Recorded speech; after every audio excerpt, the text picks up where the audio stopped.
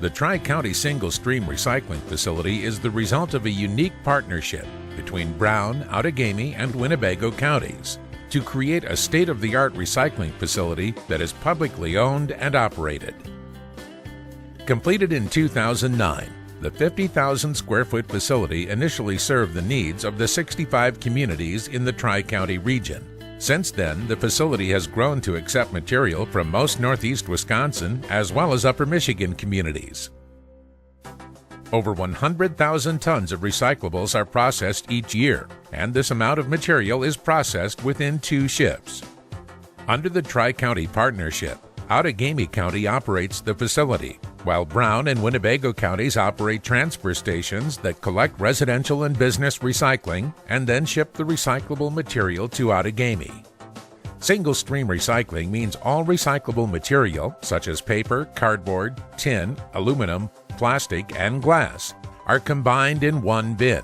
No need for separating. The single-stream method of recycling increases household participation because it's easy and it allows for automated collection using large poly recycling carts which keep our neighborhoods cleaner. Most communities in the Tri-County area receive curbside collection every other week. Residents are highly encouraged to place their material at the curb the night before collection, since recycling trucks start collecting very early in the morning, sometimes as early as 4:30 a.m. When recycling trucks leave Outagamie County neighborhoods, they come to the recycling facility, where they are weighed on a large scale, and then back into the tipping area to empty their loads. Recyclables from Brown, Winnebago, and other communities are loaded into semi-trailers and travel to the regional recycling facility where they are also weighed and emptied into the tipping area. A front-end loader then loads the recyclables into this green piece of equipment called a metering bin. A metering bin tumbles the recyclables and sends them up a conveyor belt at a constant rate into the presort station. The presort station has 4 employees who remove unwanted items from the recycling stream. They remove large items that won't fit through the equipment, like plastic kitty litter buckets or large metal items. Some of the large items are recycled, but some go to the landfill. It is especially important they remove rope, clothing, and plastic bags. These items wrap around the equipment and cause maintenance issues.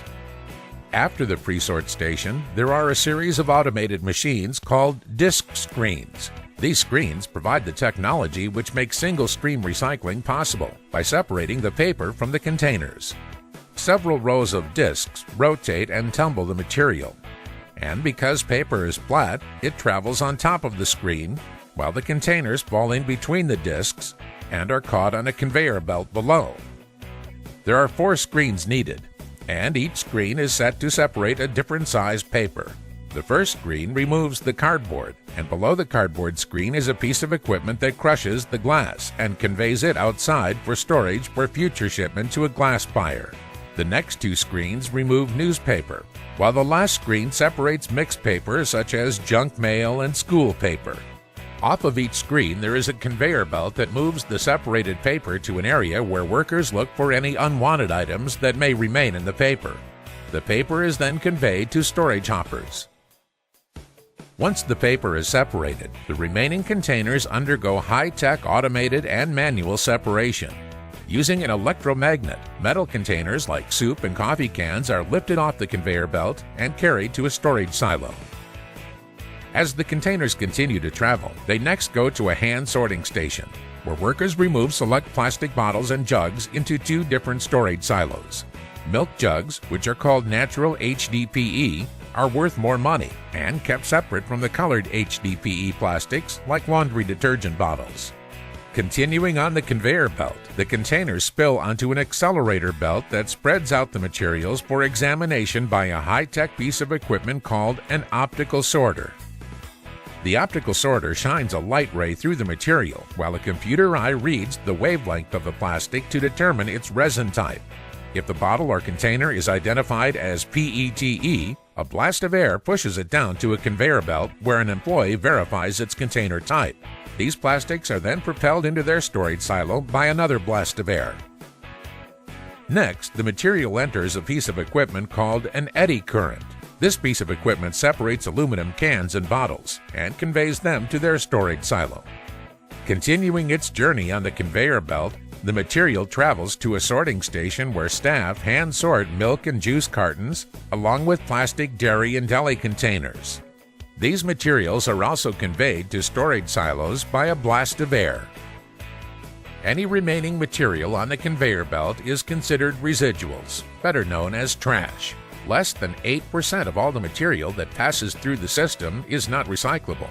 This is a very good rate, since similar single-stream recycling facilities typically see a 10 to 20% or larger residual rate.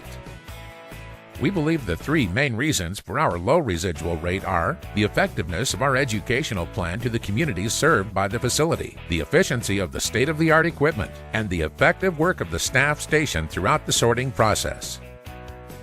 After the material is separated and stored, it needs to be compressed into bales for easy shipping. In-feed conveyor belts feed directly into the top of both balers. One baler creates bales of paper, while the second creates bales of various plastics and metals. This process produces very dense bales that earn a premium price from buyers. Once a bale is formed, it is tied with heavy steel wires to keep its compressed shape. The bales are then stored for a short time until enough are created to fill a semi-trailer. Since the facility is conveniently located in the Paper Valley, most of the paper is delivered to nearby Wisconsin paper mills in Green Bay and Menasha to be repulped and recycled into tissue products. Paper is the largest volume of material we receive, but there are a few types of paper that paper buyers are unable to recycle. They include pet food bags, tissue paper, and gift wrap, since many gift wraps are made from foils and film plastic. Most other paper is easily recyclable, so cardboard, cereal boxes, newspaper, magazines, phone books, milk and juice cartons, and junk mail are all welcome in your recycling bin. Recycling plastic not only reduces waste in landfills, but also reduces our need to drill for the petroleum products needed to make new plastic materials. We accept all plastic bottles, cups, and containers, including soda, water, and other drink bottles, food and household bottles, jars and jugs, dairy containers and lids, and produce, bakery, and deli containers. Our plastic buyers ask that we do not collect motor oil containers, as the oil contaminates the plastic. Vegetable oil containers, however, are okay to recycle. Please remember to empty, rinse, and replace plastic caps and lids before placing them in your recycling bin. Most metal cans, such as soup and coffee cans, as well as all aluminum cans and bottles, are easily recyclable. There is no need to remove the labels, but a quick rinse is appreciated. You can also recycle empty aerosol cans if they did not contain a pesticide and if you remove the plastic cap. Other aluminum items such as pie pans and foil can be recycled by a local scrap metal dealer, but not through our program because they are made from lower grade aluminum. By recycling metal and aluminum cans, less mining of the earth needs to take place, which has a big impact on our environment. And recycling metal saves nearly 100% of the energy it takes when compared to making a new can from raw material. Lastly, because our glass buyer recycles only food-grade glass, which is glass that contained either food or beverage, we cannot collect other types of glass, such as windows, mirrors, or ceramics. If the glass bottle or jar has a metal lid, you can recycle it too. And of course, please give the glass a quick rinse as well. Materials we accept are generally sold locally and remanufactured into a wide array of new products. But most of the recyclables we receive will be recycled back into the type of container it originally was. In other words, a soda can will become a soda can again, and a laundry detergent bottle will become a laundry detergent bottle again. The award-winning Tri-County Single Stream Recycling Facility, a centerpiece of Wisconsin's recycling industry, is creating jobs, protecting the environment, conserving resources, and encouraging all to recycle more and recycle right. www.recyclemoretricounty.org